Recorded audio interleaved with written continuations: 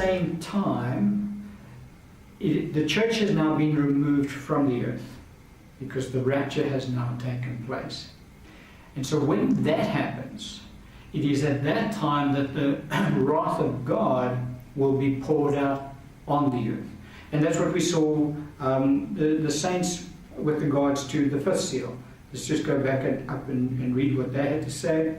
They say to the Lord, "How long, O Lord, holy and true, until you judge and avenge our blood on those who dwell on the earth?" And so it's only those who dwell on the earth that will experience the wrath of God during that time, because all of the unbelievers who have since died have descended down into hell, and they are being held in torment down there. So they're experiencing currently the wrath of God down there anyway. But the saints on the earth do not yet experience the wrath of God. As they die, they descend into hell, and then they do. But the saints on the earth don't. And so the martyrs were saying to the Lord, "Lord, when are you going to judge them? When are they going to experience your wrath?" And our Lord says, rest a little while longer, because the time's not yet. But that's when this will happen. So when the church is taken out of the earth completely, then the wrath of God will be poured out on the inhabitants of the earth. They will then experience the wrath of God. And 1 Thessalonians 5 talks about the fact that sudden destruction comes upon them. And he talks about the fact that for God has not appointed us, talking about the church, to wrath. And so it is only when the church is removed from the earth that God is then able to pour out his wrath on the earth. Why? Because as long as the church is on the earth, God can't pour out his wrath on the earth, because the church is not appointed to wrath. She's not appointed to experience that. And so the Lord removes his church from the earth. When he does, it is at that time that the wrath of God is then poured out on the earth. And that's when the seventh seal is opened. And the seven trumpets then begin to sound, heralding the different plagues that God will then pour out on the earth over that time. Now that period of time is a period of just short of 3 years. You say, where do you pick that up in? In the book of Daniel, the angel asks one of the other angels, and this would be in chapter 12, I think it is, how long shall it be from the time that the temple is defiled until it is cleansed? And he speaks about 2,300 days. 2,300 days works out to be just short of 7 years, roughly, just short of 7 years. And so the temple is defiled when the Antichrist enters into the temple. He then reigns on the earth for 3.5 years. And so that is that portion.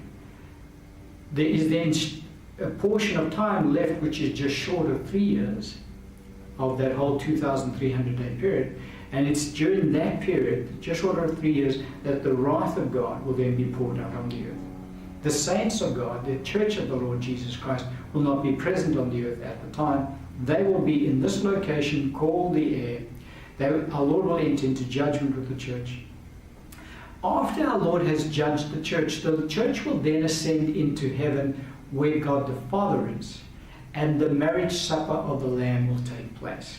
So in all of that 3-year period roughly, the church will be judged. Now don't forget, the church is now stepped outside of time. 3 years of transpiring on the earth while the church has left. But in eternity, there's no such thing as time. So it's not as if we sit and we wait for 3 years until our turn comes to be judged by the Lord. Not at all. We will all be judged individually by the Lord. But after the church has been judged and received her rewards according to what she has done in the earth, or loss of rewards, because there are saints that will lose out on that particular day. But once the judgment has completed, then the church will ascend into paradise, or the first heaven, where God the Father is. That is when the marriage supper of the Lamb will take place. That's when the bride will be married to her bridegroom, our Lord Jesus Christ. And so when our Lord actually does then return to the earth, he returns to the earth with his bride, the church. But staying within the constraints of the teaching that we're doing now, pertaining to the seventh seal, it's during that three-year period, just short of 3 years. Church is judged. Church then sends him to heaven and is married to the Lamb, and the marriage supper of the Lamb takes place. The bride is married to her bridegroom. Now, while that happens, the wrath of God will be poured out on the earth. But there's one other aspect to this that is, different. And we'll pick that up in Revelation chapter 7, verse 2 to 8. And this pertains to the 144,000. And let's just pick up the scripture and then we'll comment on it. Scripture says, "Then I saw another angel ascending from the east, having the seal of the living God. And he cried with a loud voice to the 4 angels to whom it was granted to harm the earth and the sea, saying, Do not harm the earth, the sea, or the trees, till we have sealed the servants of our God on their foreheads. And I heard the number of those who were sealed, 144,000. Of all of the tribes of the children of Israel were sealed. Of the tribe of Judah, 12,000 were sealed. Of the tribe of Reuben, 12,000 were sealed. Of the tribe of Gad, 12,000 were sealed. Of the tribe of Asher, 12,000 were sealed. Of the tribe of Naphtali, 12,000 were sealed. Of the tribe of Manasseh, 12,000 were sealed. Of the tribe of Simeon, 12,000 were sealed. Of the tribe of Levi, 12,000 were sealed. Of the tribe of Issachar, 12,000 were sealed. Of the tribe of Zebulun, 12,000 were sealed. Of the tribe of Joseph, 12,000 were sealed. Of the tribe of Benjamin, 12,000 were sealed." And so these are individuals that are greatly blessed of the Lord. There are 144,000 male Jewish believers. These are not Gentile believers. They're taken from the 12 tribes of Israel, and they will spend eternity in the presence of the Lamb. Our book of Revelation chapter 14 verse 4 tells us that they will follow the Lamb wherever he goes for all eternity. And so they are really blessed. If you go look at the book of Revelation, we're not touching on that in any kind of depth today. There's certain criteria that they have to meet. They are males, they're all Jewish, they are virgins, and they are completely sold out to God. They are the first fruits of the Jews who come into the kingdom of God under the ministry of the 2 witnesses of our Lord, when those 2 witnesses come to the earth during the Great Tribulation period. But again, we don't touch on that today. A lot of the stuff that I've discussed now, I've discussed in detail in the series that we did on the last days. This is now moving on into the next age, really, because the age of the wrath of God being poured out on the earth, although very brief, is a separate event, and so we deal with it chronologically separately in the ages of the end of the age. And so the 144,000 are Jewish believers, all male, all virgins, all sold out to God, the first fruits under the ministry of the Lord's 2 witnesses, Moses and Elijah, when they come to the earth. Now, what happens is that before God pours out his wrath on the earth, we've already established that the church is taken out of the earth, because it's only when the church is taken out that sudden destruction comes upon the earth, and that is the wrath of God being poured out on the earth. But this grouping of saints are left behind on the earth. They're not taken out of the earth. And that is why the one angel says to the 4 angels who were about to instigate the wrath of God, or initiate the wrath of God being poured out on the earth. That's why the one angel cries out to them and says, "Don't harm the earth, the sea, or the trees, until we have sealed the servants of our God on their foreheads." And so what God does with this 144,000 is that he places his seal on their foreheads.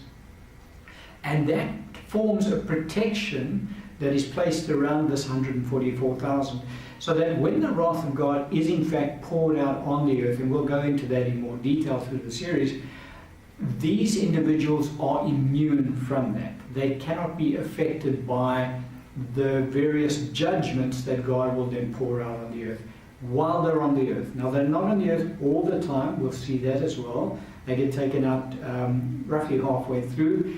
But in the time that they're on the earth, the church is left, the wrath of God has been poured out, but they're immune from the judgments, the various judgments as we go through the trumpets of God. They will not be affected by that because they have been sealed by the seal of God on their foreheads. So it's a very important point for us to understand with regards to the wrath of God being poured out on the earth. So the question then is raised, well then why does God do that? Why does God leave this 144,000 on the earth during the time that He is pouring out His wrath on the earth? If He takes out the church and the whole church is removed from the earth, why does He leave the 144,000 on the earth? Well, the reason for that is because that 144,000 will be used of God to go out into all of the earth and proclaim to the inhabitants of the earth during that time, God's judgment is about to fall. Repent. Otherwise, the judgment of God will come. Now, as we'll get through the series, you will see that every single judgment that God brings on the earth, every time a new judgment is pronounced, the scripture talks about the fact that the inhabitants of the earth refuse to repent. They continue to blaspheme God. They continue to worship their idols. They continue to practice their sexual immorality. They continue in all of it. They flatly refuse it. Although they're going through one judgment after the next, and each judgment is very severe, we'll see them in more detail, they still refuse to repent. Now, why does the scripture tell us that they refuse to repent? It's because this 144,000 are dispersed out throughout the earth. They must probably go out 2 by 2. Because if you were to look at the globe as it is today, there are roughly about 70,000 towns and villages and cities throughout the earth. Of a reasonable size. I'm not talking about minuscule sizes. And so these individuals will go out into all the earth and proclaim to the inhabitants of the earth, guys, unless you repent, this judgment is about to fall. And the inhabitants of the earth will refuse to repent. You say, well, how do we know that? Well, the last time God poured out His wrath on the earth, that we have a similar account of, was when God poured out His wrath on the nation of Egypt, when He judged that nation. Now, when He judged that nation, every time before He pronounced a judgment to come, He would send Moses and Aaron to Pharaoh and say, let my people go, because unless you do, this judgment will come. And Pharaoh refused to repent every single time. He refused to let the children of Israel go. And thus the next judgment was pronounced. And so it was a type and shadow of what will transpire at the end of the age. In this 3-year period, which is short of 3 years, when the wrath of God is poured out on the earth, the 144,000 will be present not all the time. We'll get to that as well. They get taken out when the bowls of God's wrath are poured out on the earth. But while the trumpets are being sounded, they're on the earth and they're proclaiming to the inhabitants, you guys need to repent, because unless you do, this judgment will fall. The earth refuses to repent, God's judgment falls. The next judgment comes. But this 144,000 are there all the time, reminding the inhabitants of the earth, you've incurred this judgment because you refuse to repent and turn to God. And so they will be there as the Lord's witnesses in the earth, so that the world will know they've been judged by God. It's amazing, but the scripture actually tells us that they actually still refuse to repent. And so that's the hardness of their hearts that we see amongst those who are the wicked.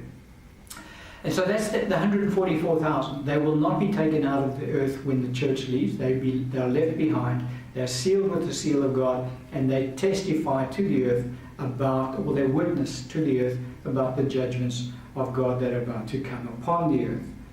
And so that brings us then to the 7th seal. And that we see in Revelation chapter 8, verse 1 and 2. Scripture says, when He opened the 7th seal, There was silence in heaven for about a half an hour. And then verse 2. And I saw the 7 angels who stand before God, and to them were given 7 trumpets. And so the 7th seal is the opening scene of the 7 trumpets which are about to sound. Now, as we go into this teaching, we'll now look in the next teaching at the 7 trumpets. Each trumpet sounded by one of the angels pronounces a new judgment of God poured out on the earth. And so that's what the 7th seal is. It heralds in the sounding of the 7 trumpets. And when we get to the 7th trumpet, we will see that the 7th trumpet sounded heralds in the pouring out of the 7 bowls. And that's how it works out chronologically in heaven. It doesn't, as I say, happen chronologically like that on earth, because we've not even mentioned the 6th seal yet, because we will see that the 6th seal is opened, although chronologically in heaven before the 7th, on the earth the event takes place after the opening of the 7th seal. And so that brings us up to the 7th seal. And the 7th seal, as I say, can only be opened when the church leaves the earth in the rapture. The 144,000 remain on the earth. They will be present when the wrath of God begins to be poured out on the earth. And so we'll have a look in the next teaching at the sounding of the 7 trumpets, because it's at that time that the wrath of God then is truly poured out on the earth. But we'll end the teaching on that